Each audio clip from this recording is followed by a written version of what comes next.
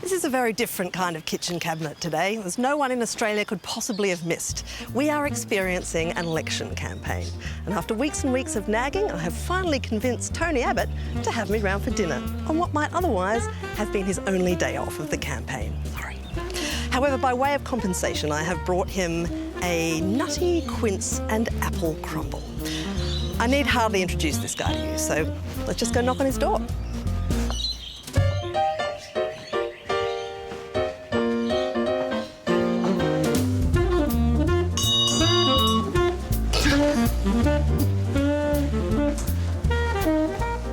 Annabel. Sorry, How are you? It's okay. Good to see you. Mwah. Well, it's great to see you too. I can Come on barely hear in. you. I just deafened myself with your doorbell. It's actually it's a seafarer's bell. That All one. right. Neighbours happy with it, are they? Well, look, it doesn't get rung that often because people just turn up here. You know. Right. Okay. Fair enough. But nevertheless, if you want to wake the house, you ring the bell. Okay, I think I just did. Yeah. Hello. Hello, How you going? I'm Bridget. Annabel, Nice to meet you. How nice to meet you. Frances. Frances, Welcome. hi. How you doing? Good. Thank you for inviting me. Well, it's an absolute pleasure to have you, Annabel, and it makes for a bit of a distraction from the election campaign. Oh, well, that's quite right. I could use that. Now, I've brought you a bottle of wine. Excellent. Doesn't that look fantastic? And Wow. I know that you, on campaign, you prefer a shandy light with extra lemonade, but, you know, I just thought, Look, push the boat out. because this is a special occasion, I might actually have a drop of this. All right, okay, you're on. Can I put my basket Of course down? you can. Okay. Of course you can. And I've got something to go in the fridge as Okay, well. all right. I won't look at what else is there. No, it's all a surprise.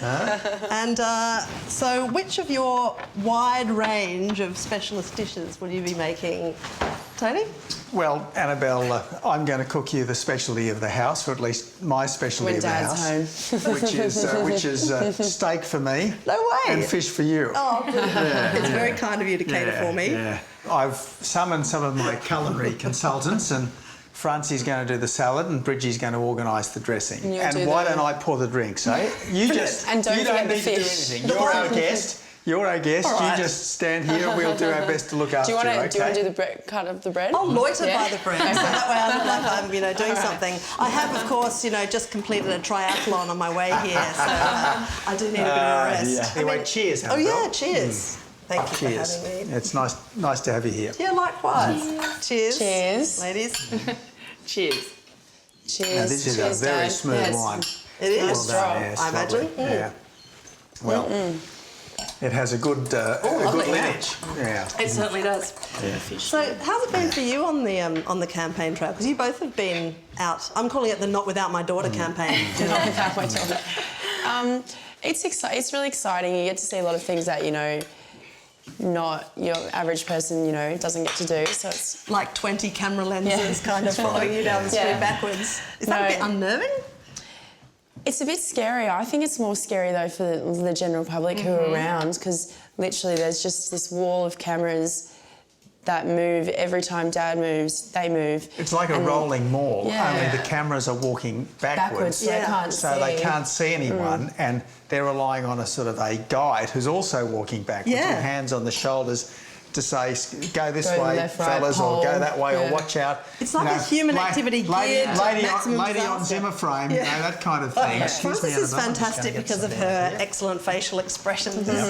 When you said the sex appeal thing, I think that your response was probably more famous than the comment itself. Well, firstly, because you Go just on, don't want to go hear. on. You just don't want to hear your parent just say, "Oh, that's sexy." Word." But the rest of the country found it quite difficult, even though we're not related to it. But it was the fact that just straight away in my head I knew, and we'd done so many good things that day. We'd been out at Now, I'm not so sure whether I should put this on. Should I? A bit of butter? Would that be sure, good? yeah, okay. yeah. and we'll all put some right. parsley. Not this much, okay. Not so much. Fair and enough. it's- Fishy Salt butter and not pepper. back in there, I think. What's this? I don't think fishy butter back in there. I think I'll get you a plate for the rest of the... I All don't right. want to make everybody's toast, Tastes funny.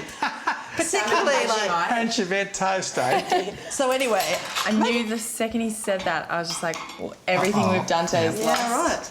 Because of a stupid comment. Do you think that too, Tony? If you say something and you just in a split second think, oh, Well, or did you just not notice? the truth is, I was oblivious, absolutely oblivious to the fact that I had said something which could be remarked upon. Right. I mean, obviously, I was swiftly told that I had said something that could be remarked upon. For better or for worse, we politicians, we live in a goldfish bowl. Sure. Anything you say is going to be parsed, analysed, dissected, and if it can possibly be used against you, chances are it will be, and that's just the way it is. People say, oh, politicians are so stilted these days, they're so on message these days, but the reason why we are so on message and often seem stilted is because the instant you go off-piste, as it were, or off-script, as it were, well, all of a sudden, that's the story. Has that been a hard transition for you? Because, I mean, I think I can say that you've been a bit off-piste at times in your absolutely. career. I mean, Yeah, you're no, a kind of right. professional off-piste artist, Well, really. I guess I was, if you like, at times, licensed dissident isn't quite the right word, but certainly when I was a minister in the Howard government, I was...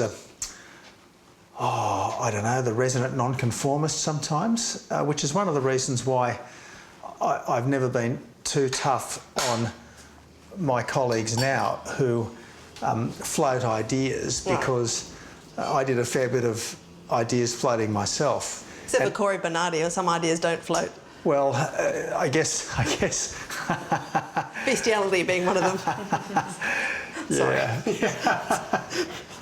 Don't listen, girls. You That's don't talk right, about exactly bestiality. right. Yes, France, we'll just check the facial expression there. It's going well. It's going very well. It's going well. I'm just cutting bread again now. But yeah, I know what you mean. You mean that you understand that people kind of don't all fit into little boxes and want to give them some freedom to... I guess I'm just interested that you don't really have that freedom anymore. No. Once you become a party leader, you don't have the luxury of a private view. Yeah. You've only got a corporate view. And if your colleagues aren't prepared to at least tolerate it, it's not a view that you can express. Again, that's the way it is. Now that you're part of the campaign and people have seen you, you know, you're recognisable, has that made a change in your life? I mean, do people pester you at the pub with arguments about, you know, GST or policy issues? Not so much. I mean, very occasionally we might... That's just a Kevin fib, by the way, GST. Oh, sorry, yeah. I'll Sorry, I need to be on message. About stopping the boats? No, yeah. Do you carry around a copy of Real Solutions? Yeah, we take them out with us occasionally, just, you know, keep them in our clutch. One of the things that I can't let go of, Tony, and it's probably more about me than it's about you. It's the fact that I was the political love child of Bronwyn Bishop and John Howard. Your words, It was really. a terrific joke at the time. It was, but it's like a tattoo in my brain. And now Bronwyn sort of says archly whenever I tell it, it was an immaculate conception. Yeah, I know. Well, I suspect that neither of your parents would be overly thrilled, you know, your putative parents. I just wondered how the granddaughters feel about that. Being the political grandchildren of John Howard and Bronwyn Bishop. Well, we saw Bronwyn today, and I was just amazed at the shoes she was wearing. So That's her if I got secret. to inherit her shoe cabinet, then and the granddaughter, we'd be- then That's a that would very be gracious okay. answer. She does wear incredible shoes.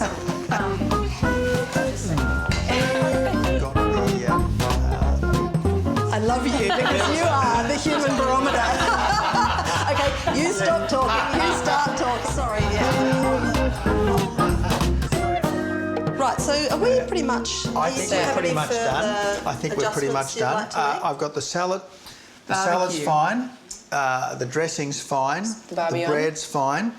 We've got the That can go on the table. Yep. Okay. Well, Okay. do you girls want to put the bread stuff on the table. and you want to set the table for us, girls? Yeah. Yep. And I might go out to the barbecue and do my bit, eh? Can Yeah. you be trusted in the barbie? Is that... Yeah, Dad. The As barbie long is as you Dad's like it rare. We're all sorted, okay? Alrighty. Do you need another plate? I'll take a plate. I think Yeah. we're all set. Okay. Good luck. Thank you very much.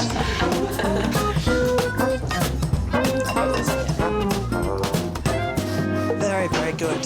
Here it is, the trusty Barbie. The trusty barbecue. I stand here without fear of being singed. Well, we'll hope. There we are. We're okay. Excellent. Okay. This is This will need certainly the. All right. Now I'm going to start the steak. Yep. I don't think the fish is going to take. Actually, I'm not going to boss you about on the steaks. I think I'll put the steaks. fish on, but maybe put it. Yeah, actually, I think I'll put the fish over All there. right. I think it'll be okay. Okay. Now, I don't want to spend all night talking about you at university, but I want to talk a bit about you at university, because you were quite a high-profile chap at Sydney Uni, weren't you? Sort of public enemy number one for a number of people. Yeah, mind you, I did read the David Marr account of my time at university, and I thought to myself, my God, it wasn't nearly as exciting Oh, as really? David Marr makes it sound. It always strikes me, because you had, arguments with the lefties on campus that were incredibly pitched. I mean, Yeah. I remember reading that you'd made a campaign speech at St John's College promising to rip down the Che Guevara posters in the student building and replace them with posters of the Queen and the Pope. It seems to me sometimes that the theatre of it was what appealed to you. I mean, or was it about each ideological issue as it arose? What bugged you about those lefties? I've always had a very healthy respect for the society and the culture which has shaped me. As soon as I discovered the term conservative, I thought, yes, really, that's quite a good description of how I feel. I was very keen when I was at university to stand up for what I thought were values, institutions, ways of life which had stood the test of time and that didn't deserve to be pilloried the way they were in the mid-70s. I mean, the mid-70s were, you were still perhaps experiencing the backwash of the Vietnam era radicalisation. The people who set the tone in student politics, in student media, tended to be very left-wing in those days. If you ran into the Tony Abbott of the mid-70s now, what would you think of him and what would he think of you? I mean, you're offering a paid parental leave scheme, but surely he would have chucked bombs at. The difference between me today and the person I was 30-odd years ago is that I am much more conscious of the shades of grey. I am much more conscious of the complexity of the human condition now than I was then. But I think my underlying values are very similar. Are you less judgmental than you were? Well, I hope so. That's one of the things about growing up. You realise that most things are understandable if you really know the reasons why. I'm not looking in terror at the steak. You're the steak expert. I think we're pretty well done. You reckon? Annabel, I reckon. So that looks very good to an untutored eye. And I'm less good on the fish, but I think this is probably pretty well done as well. Okay. Anyway, we'll give it a go. All right. Give it a go. Okay, let's come in. Now have some that looks salad. Now terrific. have some salad. Well, I hope it tastes okay. No, it looks great. I can tell it's going to taste good. Okay, great. Cool. Thank you. Now, we left you at university and, you went to Oxford and fought some more lefties and you came home to Australia. You'd been a boxing blue. You enjoyed the cut and thrust of quite serious pitched battles in student politics. Why become a priest at that point? Well, it's a good question. The Jesuits had helped to instill in me this thought that our calling in life was to use the phrase, a man for others. And I thought then that the best way in which I could be a man for others was to become a priest. Now, This is delicious, by the way. oh, thanks so much, Really good. Annabel. I discovered pretty soon that I was a bit of a square peg in a round hole at the seminary. I persisted, nevertheless, for quite some time, until eventually working out that I'm afraid I just didn't have what it took to be an effective priest, so I gave it away, probably to the great relief of the then Archbishop of Sydney. Right, fair enough. Was there a particular moment where you just thought, yeah, this isn't working? Well, there was, as a matter of fact. I was 29 years old. I'd been the president of the SRC at Sydney University. I had degrees in economics and law. I'd been a Rhodes Scholar in Oxford. I was at the beginning of my 4th year as a seminarian, and I was writing an essay on the Desert Fathers, a 500-word essay on the Desert Fathers. And I was falling asleep in the middle of the afternoon, and I rang a mate of mine. And this particular mate of mine, who I'd played rugby with at Sydney University, said to me when I called, he said, "Oh, Abbo, I can't actually make those drinks we're going to have next week." And I said, "Oh," and I was shattered, because you really look forward to those sorts of things when your life is as regular and at times dull as my life was then. And I said, "Oh, how come?" And he said, "Oh, you know that contract that Ansett are doing with British Aerospace?" I said, "Oh, I've got to go to London to sign the contract." It was a £1.5 billion contract. I thought, if he's doing something like that, I am wasting my time writing 500-word essays on the Desert Fathers. And I thought at that moment, I've got to do something that's a better use of the rest of my life. Who knew the priesthood wouldn't involve billion-dollar contracts? But that was the moment. I'm just really interested to hear how God works for you these days. I mean, do you think of God as somebody that directs your existence, to whom you talk regularly, or is it more of an internal thing? I'm a pretty traditional Catholic, Annabel. I'm not an evangelical, a charismatic Christian. I'm not. I try to attend Mass. I certainly don't get there every Sunday anymore. I wish I did, but I don't. Faith has certainly helped to shape my life, but it doesn't in any way determine my politics, because... I'm not really asking that. I'm asking just about, does your faith give shape to things? I mean, for instance, you went through publicly one of the most extraordinarily personal experiences you could imagine. Yeah. Having a child that you thought existed turn up in front of you with a boom mic and then disappear again. It's an amazing thing to go through as a person on any level, but to go through it in public the way you did is even more extraordinary. What do you think of as God's role in that whole arrangement?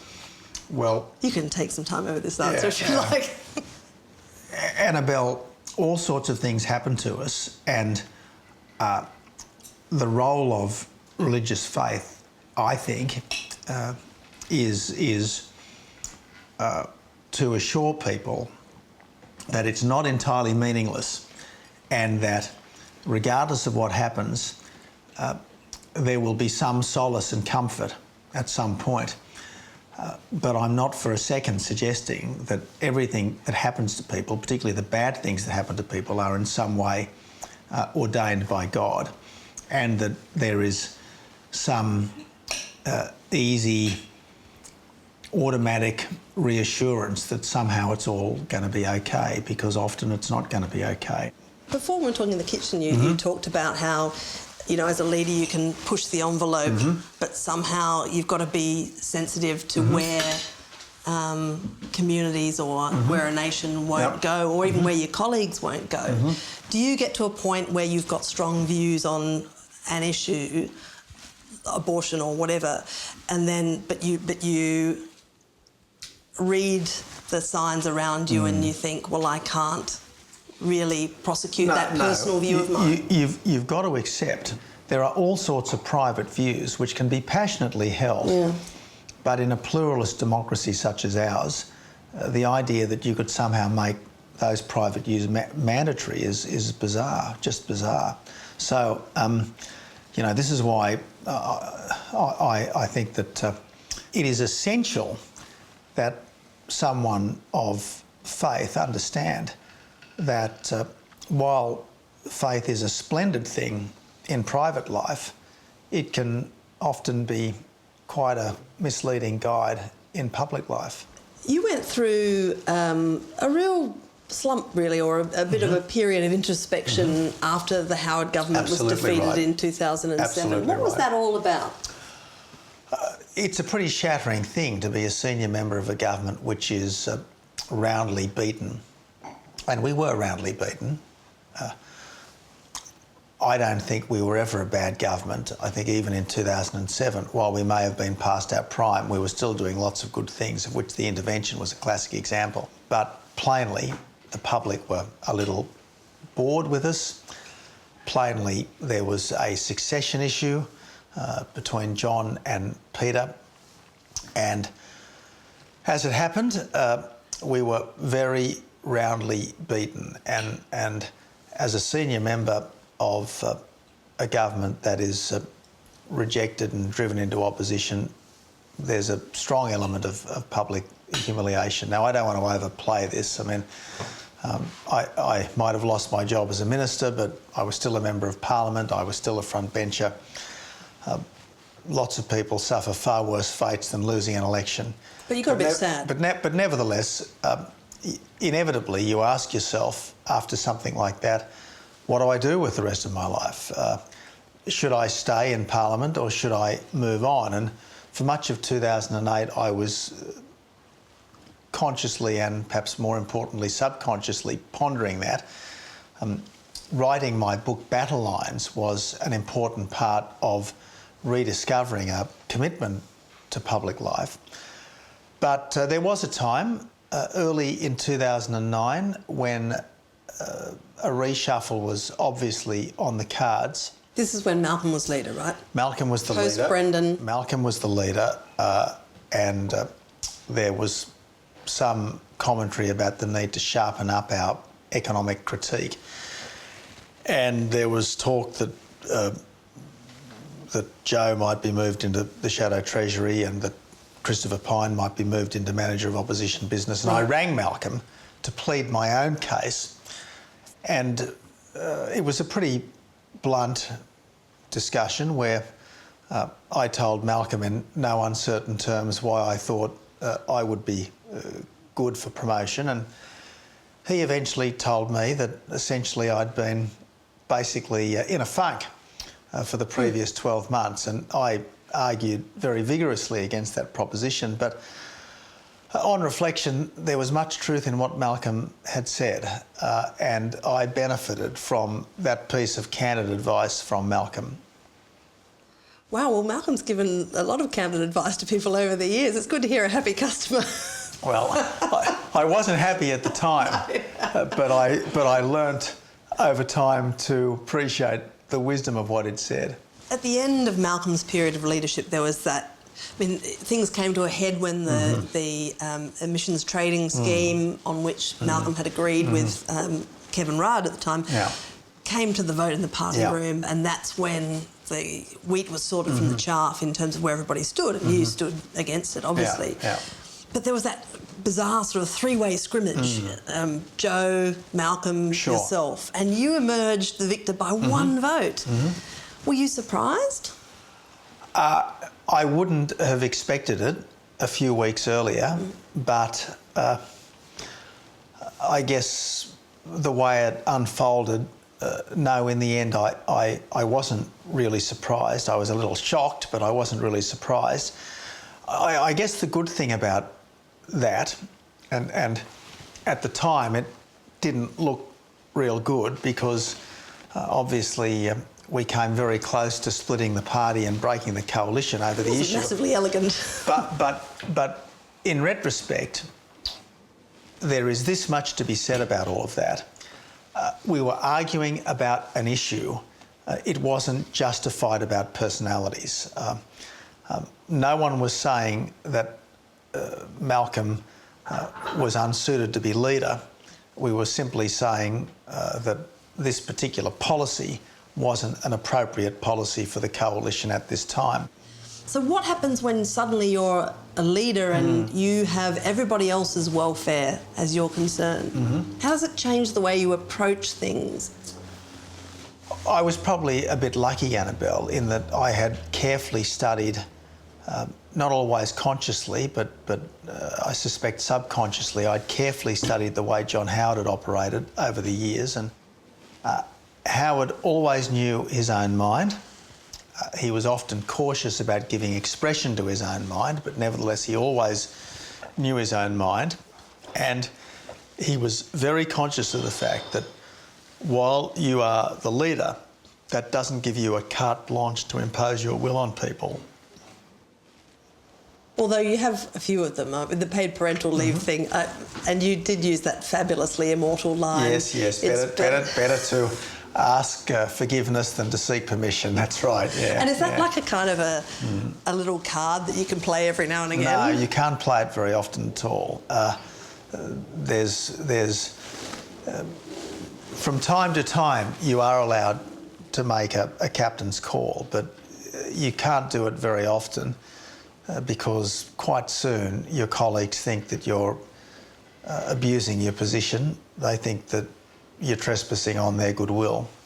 Now, Tony, I wanted to ask you about Julia Gillard because you can't have an adversary for that length of time and have them just disappear. Sure.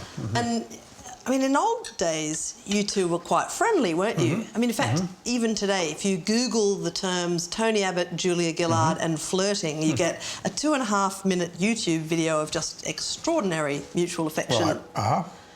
Is it not possible to remain friends with somebody when you are in the positions in which you ultimately found yourselves? Well, we had a pretty rugged contest, particularly from the start of the carbon tax period.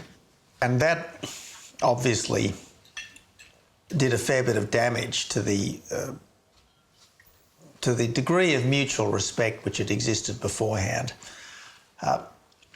I'm sure the day will come when we can be genial and respectful again. In fact, we had quite a genial and respectful exchange in an airport lounge a few weeks ago. Right. And it was the first reasonably warm conversation we'd had in 3 years. What's the first thing you say to somebody like that? Basically, you say something like, you've been through a pretty tough time, which obviously was true. And how does she respond? She agreed that, yes, it had been a pretty tough time, but that was the kind of thing that tended to happen in the rough and tough business we were in. That speech that she made that time, you know, the misogyny speech as it's now immortalised, you know, it kind of went around the world, and I think that to some extent people listened to it and heard something about their own lives, like women responded to it. But what was it like to be the bogeyman in the piece, you know, to be the subject of that speech? It was a very unfair speech, I thought, and it was a completely invalid speech in terms of responding to the issue of that day. It was just an invalid thing to say. But look, politics is about theatre, and at the time I didn't think it was very effective theatre at all, but plainly it did strike a chord in a lot of people who had not followed the immediate problem that had brought on that particular parliamentary debate. What do you think the biggest misconception is that people have about you? Well, I'm not going to run a commentary on myself, Annabel. That would be dizzying. Yeah. I'll let people come to their own conclusions. I'll just handle things as best I can. I have kept you for a long time, but I do have some dessert for you. Sure, lovely, So thank shall I you. grab that? By all means, Annabel, Okay. that'd be great. I'll Now, let surprise me you. clear the plate. All right, thank you very much. No worries. And I'll sort out the dessert. Okay, Meet you great. back here. No worries. Okay, dessert's served. Excellent. Thank you so much, Annabel.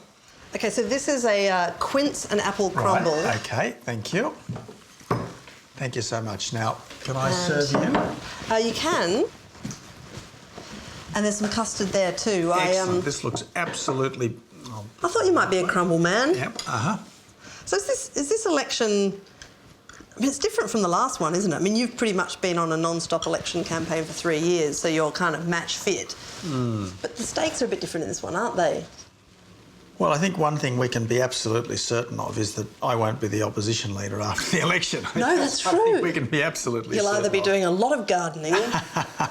Or I'll be very busy for a few years. Yeah. Now, I did something a little weird Yeah. because, you know, I made some custard Right. which uses egg yolks. So I've separated 4 eggs and used the yolks to make custard for you. And the whites made Pab for Kevin Rubb. Really? Yeah! There we are. Does that freak you out a little bit? Oh, yeah. Yeah. It's like you're forming a minority government or something. Tony, it's been very generous of you to give this time of yours, and I love the fish, I love your company, and I'm very grateful, so thank you. Thanks, Annabel. Thank you so much. Cheers. Now go for a run. Tomorrow morning. Yeah.